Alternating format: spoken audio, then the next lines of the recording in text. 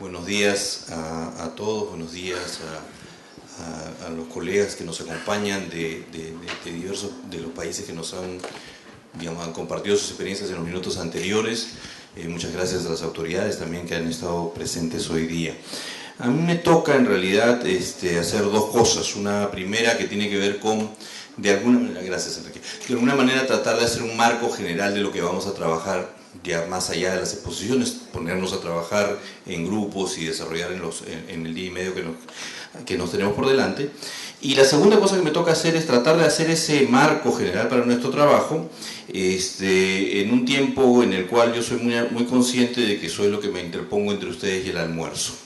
Entonces voy a tratar de hacer esto de una manera relativamente breve para poder, proceder no al almuerzo solamente, sino en realidad al trabajo posterior, que es lo que en realidad nos motiva y es la razón por la cual estamos poniendo estas exposiciones iniciales. Creo que así como Pedro Montt subrayaba que es necesario consolidar algunas ideas fuerza muy importantes, como por ejemplo que la educación no es acerca de un ministerio gestionando escuelas o contratando maestros, sino acerca de asegurar que las personas aprendan y que garantice su derecho. Igual, el motivo de esta reunión no son las exposiciones.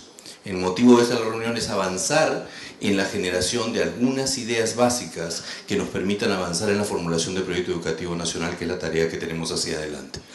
Entonces, lo que voy a hacer en esta presentación básicamente es compartir dos cosas y luego una muy chiquitita al final. Un poco cómo es el proceso en el que estamos para la construcción de un nuevo proyecto educativo nacional. Una segunda cosa que tiene que ver con lo que ya mencionó Hugo Díaz en la introducción y lo acaba de recordar Grover, que tiene que ver con, tuvimos un evento en 21 de julio más hablando de la visión general del país, porque no podemos pensar, como lo acaba de mostrar claramente además la presentación de nuestra colega de Finlandia, pensar las cosas en aislamiento, hay que pensarlas dentro del marco del tipo de país que queremos y del tipo de desafíos y problemas que tenemos como país.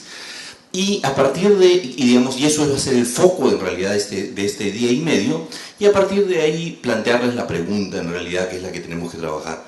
¿Cuál es la educación que necesitamos para el país que queremos? Esa es la pregunta en el fondo. No solo la educación en general, porque nos gusta, porque nos interesa, porque es lo que hacemos, sino cómo eso engancha con los problemas, los desafíos, las necesidades de construir una cosa, construir un país que supere algunos de los problemas seculares que seguimos teniendo, ¿no? Dicho eso, empecemos por la construcción del PEN. ¿Cuál es el sentido de tener un proyecto educativo nacional? Es sostener en el largo plazo una visión y un conjunto de esfuerzos de política.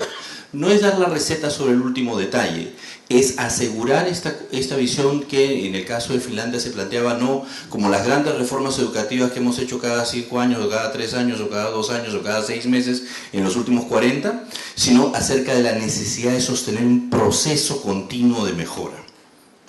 Y eso significa identificar algunas ideas, alguna visión, algunas cosas que conduzcan este proceso. Obviamente, cada gestión, cada administración, cada gobierno tendrá matices y cosas que priorizará un poco más, un poco menos, pero más allá de eso es importante que esto tenga una línea de continuidad. Si empezamos a quebrar las cosas y tratar de reinventar la rueda cada 3 o 4 años, o cada 5, o cada 2, o lo que fuera, estamos en problemas. Y esto tiene que ver con que los problemas educativos no se resuelven en el corto plazo. Los problemas de desarrollo de un país no se resuelven en el corto plazo. Necesitan esfuerzos sostenidos. Entonces, el sentido de tener un proyecto educativo nacional es tener una guía, un norte, algo que nos permita mirar regularmente si nos estamos, de alguna manera estamos sosteniendo los esfuerzos que queremos sostener para que las cosas funcionen de esta manera progresiva, evolutiva, a veces muy rápidamente, porque algunas cosas se necesitan resolver rápido y radicalmente, no hay que esperar 40 años para resolver algunos problemas. De hecho, ya venimos varias veces postergando muchas cosas. Por ejemplo, el famoso problema de cómo arreglar el tema de la formación inicial docente es un tema que hace 20 y tantos o 30 años no abordamos y no podemos seguir postergando. Eso, son cosas que hay que resolver hoy y que tendrán un impacto largo en el largo plazo, porque además ese es el otro problema fundamental del tema educativo. Los aciertos de hoy se cosecharán en el futuro y de un futuro más o menos sostenido. Los desaciertos de hoy nos complicarán la vida durante mucho tiempo. Nuestro país, en gran medida, es un país que viene sufriendo por un problema muy complicado, que es la gran crisis que atravesó y destrozó no solo el sistema educativo, sino gran parte de la institucionalidad peruana durante la última cuarta parte del siglo XX. Tuvimos un colapso económico, un colapso institucional, un brote de violencia muy fuerte, y eso tiene consecuencias en el largo plazo. Si ustedes piensan, por ejemplo, en cómo se ha deteriorado el sistema educativo entre 1975, 78 y el 90, 90 y tantos, y de ahí, a partir de, digamos, las reformas de mediados de los 90, alguna recuperación, la pregunta es cuántas generaciones de personas han pasado por ahí y qué representan eso hoy día respecto de la población adulta del país. La mayor parte de nuestra población adulta ha pasado por un sistema educativo profundamente deteriorado. Entonces, esto no es que sucedió en el 80 o en el 83 o en el 85 o en el 90 o en lo que fuera. Estos son realidades que se construyen en un momento y se proyectan sobre el futuro y nos complican la vida como sociedad, o, si son aciertos, nos ayudan a construir como sociedad en el largo plazo. Y eso es sumamente importante, y por eso todos los que estamos aquí de alguna manera compartimos la idea de eso, de que hay que sostener algunas visiones en el tema educativo más allá de las prioridades o las urgencias, que también las hay y que también hay que abordarlas, y que además son perfectamente legítimas en una democracia, que un gobierno elegido por las personas pueda querer tener, digamos, matices o prioridades que no son necesariamente las que todos compartimos, pero que se debieran enganchar dentro de esta responsabilidad general que como país queremos proponer de avanzar en algunas direcciones matrices. Para ello necesitamos diálogo, necesitamos acuerdos. ¿Por qué razón? Porque el acuerdo y el compromiso de aquellos que acuerdan es lo que puede sostener la política. La política no se sostiene por casualidad. La política se sostiene porque un país se compra el pleito. A fin de cuentas, ese es el punto. Nosotros como país, además, no estamos muy acostumbrados a eso. Estamos acostumbrados a quejarnos de, por ejemplo, los gobiernos que tenemos y nunca recordar que nosotros los elegimos. Hay que asumir la responsabilidad por nuestros propios actos. Y en este caso es acordar cosas y sostener lo que acordamos. Es eso lo que puede sostener las políticas. También puede ser por azar, ¿no es cierto? De casualidad algo pasó. Y de hecho han pasado cosas, o también puede ser no por azar, sino porque algo pasó y a nadie se le ocurrió que se pueda hacer mejor y se siguió haciendo. Pero no son las mejores razones para sostener políticas. En el Perú se han sostenido algunas políticas en los últimos del 90 y tantos para acá, no necesariamente por un acuerdo, probablemente porque no se nos ocurrió algo mejor que hacer. Y eso no necesariamente es una buena idea. Hay que sostenerlas como este acuerdo consciente de personas, de ciudadanos que reflexionan sobre lo que le importan y se comprometen con lo que le importan y lo empujan hacia adelante. Ese es el sentido del PEN. Y por eso es sumamente importante que el proyecto educativo nacional no sea una cosa que formulemos en el Consejo en un par de sesiones o en un par de meses o en 3 meses, sino que en realidad tratemos de tener espacios como este para generar algunas ideas, tratemos de ordenarlas, porque a veces las ideas no son compatibles entre sí, también eso hay que reconocerlo, hay discrepancias legítimas y hay cosas que no se pueden reducir unas a otras, y a partir de este ordenamiento de ideas que nosotros hagamos, que viene de acá, de la discusión que vamos a tener, que hemos tenido en julio, que hemos tenido en el evento de la semana pasada sobre educación superior, que hemos tenido en la reunión que tuvimos con las regiones hace un poco más de un mes, etcétera, empezar a tener un proceso de consulta, de discusión a lo largo de todo el país durante un periodo más o menos prolongado de tiempo para que las ideas maduren, para que las ideas decanten y podamos tener más o menos en alguna parte de la primera mitad del 2020 probablemente este nuevo proyecto educativo nacional que nos quiere proyectar para los primeros 15 años del tercer siglo de vida republicana del país, ¿no? Entonces, ese es el proceso. Como definir este PEN, primero además tenemos que mirar al futuro del país. Por eso tuvimos este evento atrás, digamos en julio, que ya hemos mencionado, porque además no solo es importante quedarnos con cómo estamos, que eso nos puede hacer perder de vista las cosas. Tenemos que tener un sentido de futuro y un sentido de proyección, no atarnos a las circunstancias actuales, no seguir reproduciendo lo mismo, a ver cómo cambiamos esto para arreglarlo. Eventualmente hay que hacer algo distinto. Y encontrar cuando hay que hacer algo distinto supone mirar hacia adelante y no mirar hacia atrás, no dejarse de estar atado por el sistema que tenemos y los problemas que tenemos, como país y como educación. Mirar al futuro, hacia dónde caminan las cosas, cómo van a cambiar algunas cosas, y algunas de estas cosas las voy a mencionar más adelante. pero también reconociendo dónde estamos. No solo se trata de este voluntarismo, de decir nosotros quisiéramos ser igualitos a Finlandia, ok, el día que ustedes estén dispuestos a pagar 50% del impuesto a la renta, podemos hablar, ¿no es cierto? Y 24% de IGB, ahí podemos hablar. Y 29% de la recaudación tributaria del país es contribuciones a la seguridad social, y ahí podemos hablar de un año de licencia de maternidad, ¿no es cierto? Mientras que no resolvamos eso, tampoco se puede hablar las cosas, porque las cosas cuestan. Y las cosas cuestan supone un compromiso de cada uno de nosotros, ¿no? Si ustedes quieren pagar 50% de impuesto a la renta, creo que podemos caminar sobre eso, pero para eso hay que aclarar dónde estamos. Estamos en un país que no recauda ni 14% de su producto en tributos y donde la mayor parte de las personas tiene empleos profundamente precarios, sea autogenerados o no, que tampoco podrían pagar, porque la productividad es tan baja que trabajan 12, 14 horas al día y eso alcanza con las justas. Y si tuvieran que pagar una fracción de eso, tendrían que trabajar 16 horas para subsistir y eso ya no funciona. Entonces, cómo se atan esos problemas es súper importante, no solo como visión, sino como entender cuáles son las restricciones de las que partimos y cuáles son los problemas que hay que resolver. Entonces, mirar al PEN y construir este PEN supone mirar eso, mirar a nuestro futuro como país, al futuro de educación, pero al mismo tiempo tener una mirada clara acerca de dónde estamos y los problemas que tenemos el día de hoy. Entonces, ¿cuál es esa visión de país? Comentamos que tuvimos este evento en el mes de julio. Es un evento que no fue un evento educativo, porque había que intercambiar, conectar opiniones con las personas que ven, por ejemplo, todo lo que es planificación estratégica en el país y con otros grandes problemas del país. Tiene que ser una mirada intersectorial. Y de ahí salieron algunas ideas ordenadoras de lo que vamos a hacer. Queremos un país donde haya plena garantía de los derechos de todas las personas. Es decir, las libertades de las personas estén garantizadas de modo equitativo, es decir, para todos. Eso es fundamental. Eso es una cosa donde el Perú tiene profundos problemas y profundos desafíos. Esa plena garantía de los derechos que define lo que es una sociedad moderna es algo que en el Perú cojea, o no sé si peor que eso, en realidad, o más fuerte que eso. Eso supone construir un Estado de Derecho, una república donde haya una cosa básica que se llama el imperio de la ley. La ley está por encima de las personas, todos somos iguales ante la ley, pero las leyes no salen arbitrariamente del aire, sino están por encima de nosotros porque somos nosotros mismos las que como ciudadanos de un país las sancionamos. Eso significa tener un país que funciona como un régimen político democrático, con una concepción clara de lo que es la ciudadanía de las personas, sobre lo cual me voy a referir en un minuto, y asegurar esta dualidad de cosas que es bien importante entender. Las personas reclamamos que somos sujetos libres, pero eso supone hacernos cargo de nuestras propias decisiones libremente tomadas, es decir, ser responsables.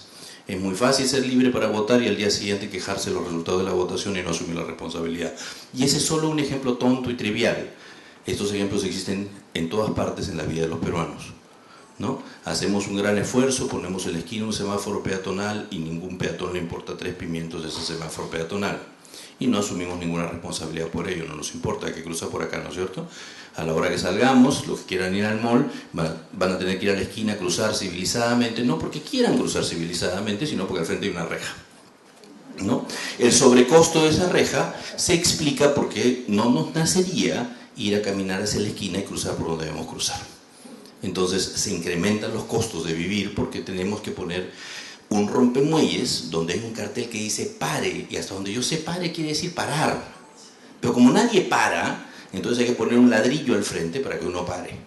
Entonces hay que asumir las responsabilidades de hacer las cosas y de actuar de esa manera, y eso es parte de la vida democrática. Queremos un país donde las personas gocen de niveles básicos bien mínimos de bienestar. No queremos ser iguales en la pobreza o iguales en la miseria o iguales sin oportunidades. Queremos que esos derechos sean derechos que garanticen una vida digna para todas las personas. Queremos que los empleos sean empleos dignos, empleos decentes, sean empleos autogenerados o sean empleos dependientes, no importa. Cualquiera de ellos tiene que ser un empleo digno, tiene que ser un empleo que funcione.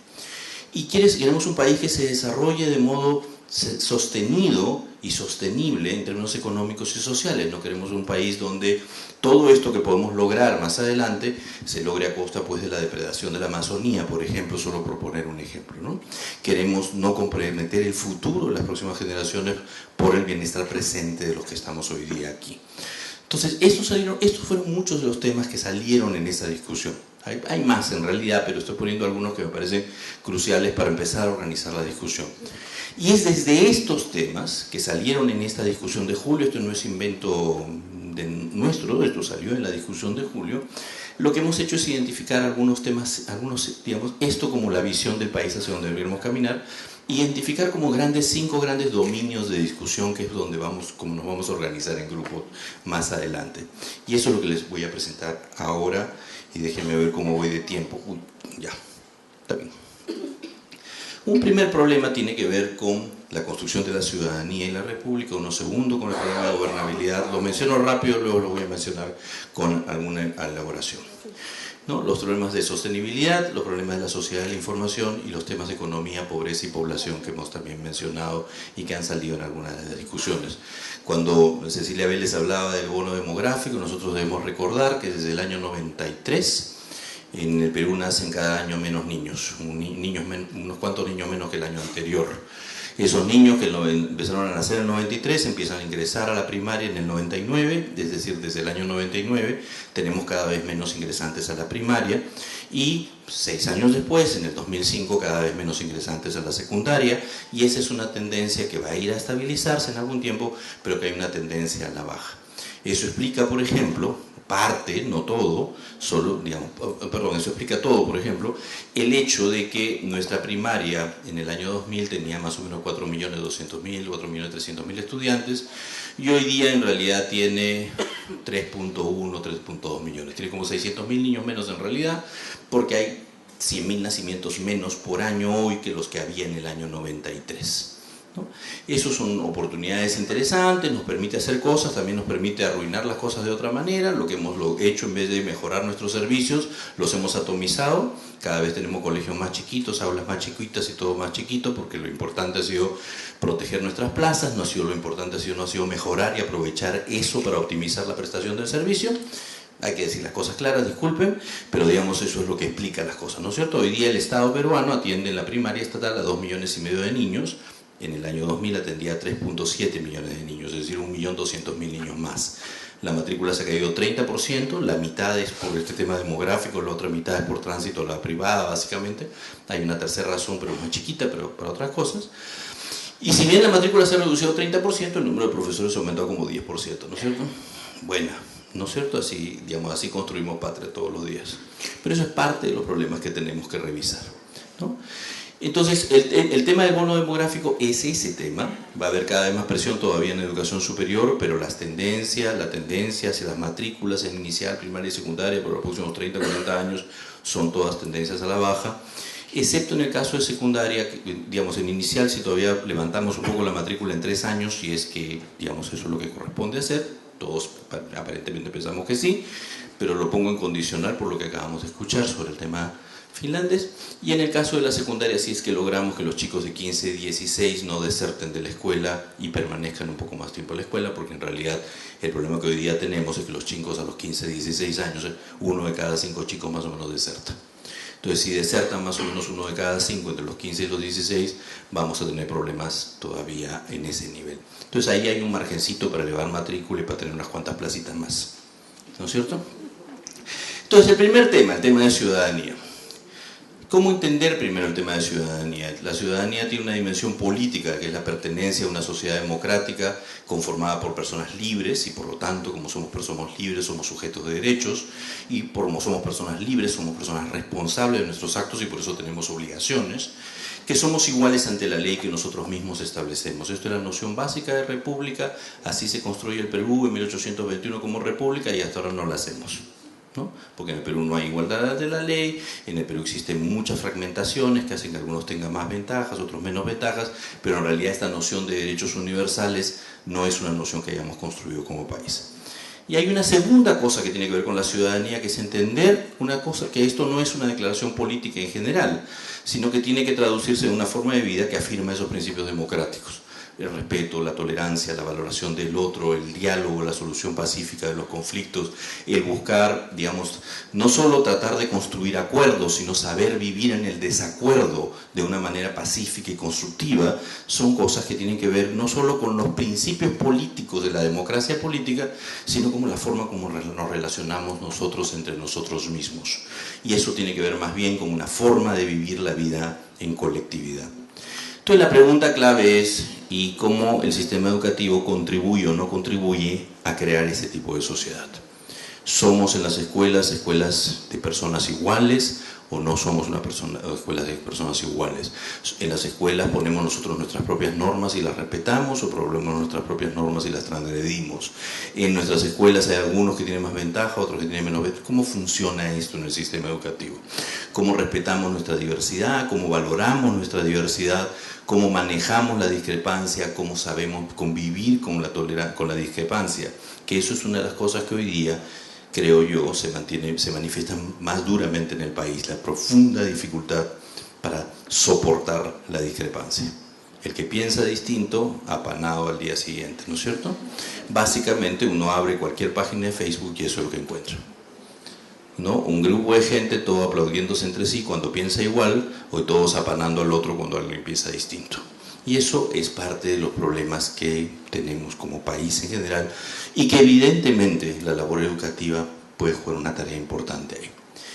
El segundo tema tiene que ver con el problema de la gobernabilidad. Nosotros en el país tenemos profundos problemas de legitimidad y desconfianza, legitimidad del sistema político y de desconfianza en general. Los peruanos no confiamos en las instituciones, no confiamos en las otras personas en general. Digamos, eso pasa todos los días y uno lo vive de una manera medio dramática, no solo por los problemas de inseguridad ciudadana, sino en general en el trato, siempre tratando de adivinar si la otra persona tiene una segunda intención respecto a lo que está diciendo, y son parte de los problemas que tenemos. Tenemos, por ejemplo, también dificultades en la forma como opera el Estado. El Estado no tiene capacidad para garantizar el imperio de la ley. En el Perú, digamos, uno de los temas que mencionó Pedro Mones, la ley se acata pero no se cumple, y una de las razones por las cuales se acata pero no se cumple es porque el Estado no tiene ninguna capacidad para hacer que se cumpla. Entonces todos los días hacemos leyes muy bonitas que en realidad son declarativas, pero no hay ninguna capacidad operacional real para que eso se garantice, ¿no? No solo en términos de capacidad de sanción en algunos casos, sino también en términos de capacidad de, por ejemplo, decir que la educación es un derecho. No hay capacidad operativa para garantizarlo, no hay suficientes recursos para garantizarlo, y los pocos recursos que tenemos no están necesariamente usados de la mejor manera, ¿no? Hay una problemática, profundamente problemática y deficiente organización territorial. El experimento que hemos tratado de hacer en los últimos años de regionalización nos tira esto por la cara todos los días, pero va más allá de eso. El país es un país que ha tendido a la atomización, ha tendido a, vamos a crear un nuevo distrito, porque teniendo un nuevo distrito yo puedo ser cabeza de ratón, y entonces eso me permite tener más cosas más chiquitas, más atomizadas, y eso hace muy difícil la operación estatal. Piensen lo siguiente: el Estado peruano está presente en el territorio a través del sistema educativo de más o menos 40.000 de las cerca de 80 y tantas mil localidades que hay. Y con 40.000 localidades más o menos llegamos a hacer que todos los chicos puedan terminar la primaria. Hoy día casi el 98% de los chicos terminan la primaria, o sea, con 40.000 puntos de atención nos va más o menos bien. El siguiente servicio público que existe provisto por el Estado peruano es el servicio de salud. El servicio de salud no llega a 40.000 localidades, llega a 6.000. Y el siguiente es la policía, y la policía llega a 1.400. Entonces, acá hay un problema. Ese tipo de organización del territorio no funciona. No funciona. Necesitaría, por ejemplo, multiplicar el número de comisarías por 35 o por 30, ¿y qué presupuesto puede aguantar eso? Entonces hay que repensar el ordenamiento territorial, hay que pensar cosas básicas como que los límites distritales de casi el 80% de los distritos del país no están definidos, y donde están definidos no necesariamente son muy racionales, ¿no es cierto? Todos ustedes conocen casos de que este es el límite del distrito de la provincia, pero en realidad esta escuela va a la UGEL del otro lado que le queda más cerca, no la de acá, ¿no? Pero yo no se la voy a entregar nunca porque no voy a ceder un pedacito de poder, ¿no? Entonces, esos problemas de ordenamiento territorial, por poner solo un caso con el tema de la SUGEL, pero en realidad atraviesa toda la provisión de servicios y de presencia del Estado del país y de capacidad de garantizar el imperio de la ley. Y por supuesto en el Estado peruano también hay limitados niveles de profesionalismo, como en realidad no solo los hay en el Estado, los hay en distintas partes. La gente no necesariamente sabe hacer bien su trabajo y no lo hace bien en el Estado, pero también fuera del Estado. Y habría una lista larguísima, etcétera, de otros problemas que uno podría mencionar. Entonces la pregunta es, ¿qué hace el sistema educativo o qué puede hacer el sistema educativo de cara a estos problemas? De cara a construir confianza, de cara a construir legitimidad, de cara a construir profesionalismo para la operación del Estado y de las organizaciones civiles. Hay mucho que tiene que hacer ahí, ¿no es cierto? Nosotros queremos que algunas cosas funcionen mejor, tenemos que tener mejor formación, queremos que la gente pueda trabajar y llegar a su casa a las 4 de la tarde, tenemos que tener gente que pueda productivamente generar el ingreso que necesita en una jornada de trabajo decente. Si no puede generar el ingreso que necesita por baja productividad en una jornada de trabajo decente, no lo va a lograr. Entonces, y el sistema educativo tiene muchas cosas que hacer en ese terreno. Los temas de sostenibilidad, ¿cómo desarrollamos hoy sin comprometer el futuro? Esa es la pregunta clave. Y esa pregunta se traduce, por ejemplo, en cómo honramos nuestros compromisos como Estado. Como Estado somos parte de este acuerdo general de las Naciones Unidas. Acuérdense que las Naciones Unidas no es el secretariado de las Naciones Unidas, o sea, la burocracia de las Naciones Unidas son los Estados miembros. Y como Estados nos hemos comprometido en algunos objetivos para llegar, digamos, al 2030, a algunos objetivos básicos que tienen que ver con alrededor de 17 cosas. 17 son, ¿no es cierto? Una de ellas es educación. Sabemos qué cosa está, sabemos qué hay, sabemos de qué se trata, sabemos cómo se engancha, nos hemos comprometido como sociedad en eso. ¿Cómo avanzamos en ese terreno? Es una pregunta básica. Y nosotros somos un país que tiene dificultades serias, como varios países, con el tema del clima, ¿no? Digamos, si a alguien no le queda claro que hay un problema de cambio en el clima, digamos, este último año en el Perú debería ser absolutamente más que suficiente, y si este último año en el Perú no le queda más digamos, totalmente claro, que mire fotografías de cómo ha cambiado el círculo polar ártico en los últimos 40 y digamos, ya no hay forma, ¿no es cierto?, a menos que uno simplemente mire esas fotografías de esta manera, ¿no? Entonces, hay problemas con la biodiversidad y la dotación de recursos. El país es un país diverso, también en este terreno, cómo protegemos ese patrimonio de la humanidad y no lo comprometemos, cómo manejamos los recursos no renovables, hay recursos que son no renovables, cómo manejamos los que sí son renovables y cómo desarrollamos cosas en el terreno. Hay problemas con la dotación de agua para consumo humano, hay problemas de calidad del aire. En Lima, felizmente, el aire más o menos circula, entonces no se nota. Si Lima fuera como Santiago, ya estaríamos todos muertos. Digamos, en Santiago tiene un problema de circulación de aire, entonces la poca polución que hay, o mucha polución que hay, se concentra especialmente en los meses de invierno y es un desastre. Acá, como circula el aire, no se concentra, pero traten de concentrar lo que pasa en la avenida Javier Prado un día de la semana y, digamos, a ver cómo salimos de esta, ¿no es cierto? Hay que ver los problemas de disposición de residuos que tienen que ver también con la propia vida urbana. Hoy día el Perú es 80% urbano, cómo se maneja esto y sobre todo también de los residuos que vienen de algunas actividades que son profundamente contaminantes como la minería, y el Perú tiene un componente importante de actividad minera. Entonces la pregunta de nuevo es de qué forma el sistema educativo puede contribuir a estas cosas.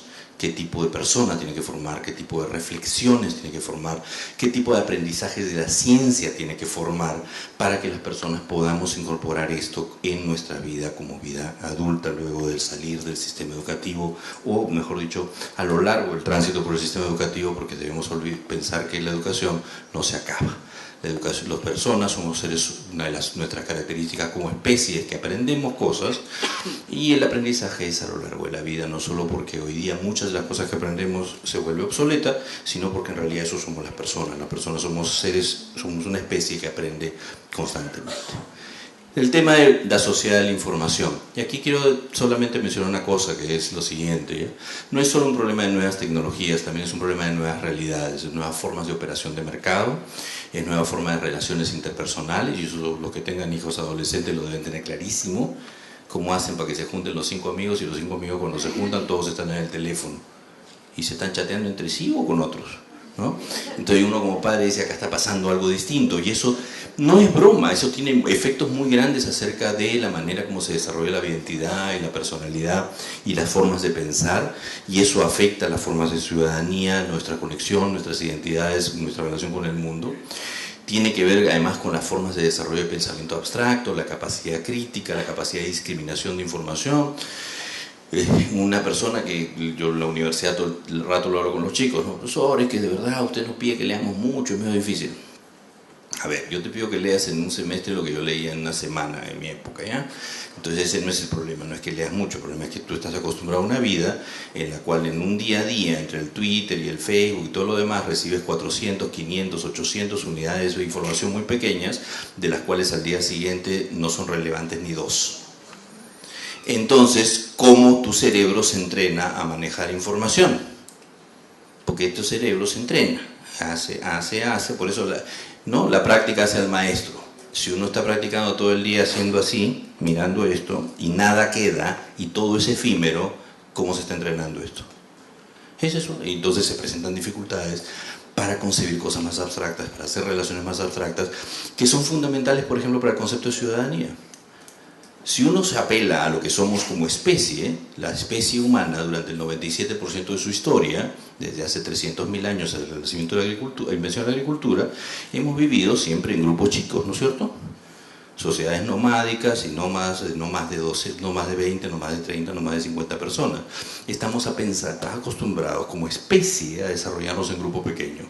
Esta idea de que todos los seres humanos somos iguales es una idea profundamente abstracta para una especie que se ha formado de esa forma. Y uno no llega a esa idea si no desarrolla ciertas habilidades muy importantes de pensamiento abstracto, ¿no es cierto? Hay oportunidades además en el mundo de la tecnología que están vinculadas a la inteligencia artificial, a la inteligencia asistida. Todos los que manejan en una ciudad como Lima, probablemente la mayor parte ya usa Waze, que es una forma de inteligencia asistida. Uno le da una mano para manejar. Algunos dicen, no, que me dé una mano, que me mandonee y me diga por dónde va. Hay distintas formas de relacionarse con esto y eso es también parte del problema. Pero, por ejemplo, ¿se imaginan ustedes utilizar la inteligencia artificial para hacer un seguimiento individualizado del progreso de las personas? Nos podría ayudar un montón. No digo que se encargue, pero nos podría dar muchísima más información, mucho más relevante, mucho más rápido y mucho más precisa que la observación que uno hace en un aula de 25 personas o de 30 personas. ¿No? Así como ustedes pueden haber visto a sus hijos, como yo he visto la mía, ¿no? Desarrollar y aprender cosas muy complejas en la computadora, ¿no? Muy rápido, porque están pensadas en términos de la lógica del aprendizaje. Entonces, si yo desarrollo sistemas de apoyo al aprendizaje basados en esto, puedo tener muchísimo más esquemas de soporte. También hay oportunidades. Y como todo en la vida, puede tener un lado también medio complicado y medio negativo, pero hay que pensarlo y hay que mirar hacia dónde va esto, ¿no es cierto? Hoy día tenemos una institución en el Perú que hace una parte de la revisión curricular antes de hacer el reclutamiento docente basado en un sistema de inteligencia artificial. Tiene los perfiles muy detallados de lo que quiere, recibe los currículos los carga y esto hace una preselección para que a la fase de la entrevista ya no pasen pues los 500 que en papel parecían. Entonces la fase de la entrevista puede ser más fina, por ejemplo, gracias a esto. ¿Cómo maneja esto el sistema educativo? ¿Cómo vamos a manejar esto en el país en los próximos años? Economía, pobreza y población. Nos importa erradicar la pobreza, hemos mejorado mucho en los últimos años, pero mejorar no quiere decir resolver. Todavía hay muchos problemas pendientes acá y por supuesto las oportunidades están desigualmente distribuidas en el país y hay muchos problemas en la creación de oportunidades. Necesitamos asegurar que los empleos que se creen sean empleos dignos en un mundo además que hay que ser consciente que es un mundo de autoempleo creciente. Esta idea de una persona, un contrato salarial, empleo dependiente, que es muy asociado al mundo, una idea muy asociada al mundo industrial y al mundo burocrático del Estado. Esa idea, o sea, miremos alrededor, ¿no es cierto? ¿No? Hoy día gran parte de las personas no se engancha en ese tipo de relaciones laborales. Tenemos que pensar en los problemas de cambio de la matriz productiva de este país, que es un tema problemático, y para resolver todos los problemas anteriores tenemos que pensar seriamente en los problemas de los incrementos de la productividad del trabajo. El trabajo en el Perú tiene muy baja productividad y eso explica muchos problemas, que no podamos salir adelante. Si se produce poco, digamos, ¿de dónde sacamos cosas para hacer todo lo que hay que hacer? Si yo quiero hacer todo lo que se hace en Finlandia, necesito producir más por un lado y captar más de eso como recurso público para poder dar más bienestar social. O sea, esto funciona, pero acuérdense, las cosas tienen un costo y el costo sale de lo que nosotros producimos. Si producimos poco, estamos fritos. Y el sistema educativo tiene una tarea muy importante en el tema de desarrollo de las capacidades productivas de las personas. No es la tarea más importante, la central, la que a mí me gustaría destacar. Yo soy más humanista, me gusta destacar todo lo anterior, pero también es parte de esto. Y esto es un desafío muy grande del país, ¿no? Y por supuesto también tenemos en este terreno los problemas de concentración de poder, que son problemas porque hay una profunda desigualdad económica y eso puede generar, digamos, desequilibrios en la democracia. Parte de los problemas de legitimidad de los sistemas democráticos del Perú y del mundo contemporáneo obedecen a alta concentración del poder. Las personas democráticamente deciden ir en esta dirección y los gobiernos van en otra, porque en realidad los gobiernos tienen que obedecer a presiones mucho más fuertes que no son la presión del voto de las personas. Entonces se trastoca el sistema democrático y parte de los problemas de legitimidad en el mundo occidental del sistema democrático tiene que ver con eso. La desigualdad es un problema porque altera la posibilidad de vivir en sociedades democráticas, en sociedades de sujetos iguales ante la ley. Entonces, nuevamente la pregunta es ¿cómo hacemos con esto? En resumen, esos son más o menos los grandes temas a partir de los cuales entonces tenemos que pensar un sistema educativo, pensar en una experiencia, no solo el sistema educativo formal, sino en la experiencia educativa de las personas, como una experiencia que contribuya a crear un país de ciudadanos que afronte colectivamente, como colectividad, es decir, como peruanos, los desafíos que están mencionados ahí. Yo no voy a adelantar nada sobre eso, porque si bien es cierto podemos tener nosotros en el Consejo algunas ideas, la idea no es meter nuestras ideas, la idea es justamente escucharlos a ustedes. Pero la pregunta es sobre estos 5 ejes que hemos tratado de identificar, que tienen que ver con los problemas de ciudadanía, sociedad de la información, economía, pobreza, gobernabilidad y sostenibilidad, cómo nos organizamos en los grupos, discutimos y empezamos a decir, ok, es cierto, entonces sería mejor, digamos, si uno está pensando en el tema, y aquí voy a casi contrabandear una idea, ¿no? Y digo casi porque como advierto ya no es, porque hay una advertencia, es cómo debe estar organizado el sistema educativo en el territorio, si el problema de ordenamiento territorial es un problema mayúsculo de este país, ¿no es cierto? Cuando hablamos de descentralización y autonomía, ¿autonomía de quién? ¿Con qué escala? ¿Escuelas atomizadas autónomas, sin ningún recurso? ¿O autonomía a un nivel donde, por ejemplo, por lo menos haya un colectivo profesional docente que pueda hacer las cosas? ¿No es cierto? ¿O usted quiere autonomía de uno solito, para que mantenga su plaza hasta el fin de sus días? ¿No? Entonces, esas cosas hay que planteárselas como preguntas. Eso es solo un ejemplo de las 500 preguntas, o 1000 preguntas, o 2000 preguntas que podrían salir de este esquema, y que en realidad esperamos que nos ayuden con eso. Digamos, este es un proceso de plantearles estas preguntas para que las trabajemos en grupo esta tarde, ¿no es cierto? Y empecemos a ordenar las ideas que nosotros no vamos, la responsabilidad que nosotros tenemos no es la de poner las respuestas, es tratar de ordenar lo que ustedes nos digan en algo más o menos consistente y coherente para luego volver a consultarlo al país en un proceso de consulta y de diálogo para ver es por aquí por donde queremos avanzar o no. Es decir, recordemos el punto de partida. El punto de partida es tener un proceso de diálogo sostenido, diálogo largo y de creación de acuerdos que permita crear compromisos para sostener políticas en el tiempo, y eso lo queremos hacer conversando, porque no a partir de lo que a nosotros nos pueda ocurrir. Entonces, ese es el proceso en el que estamos. Esto solamente es una introducción a lo que felizmente y contentos haremos después del almuerzo. Muchísimas gracias.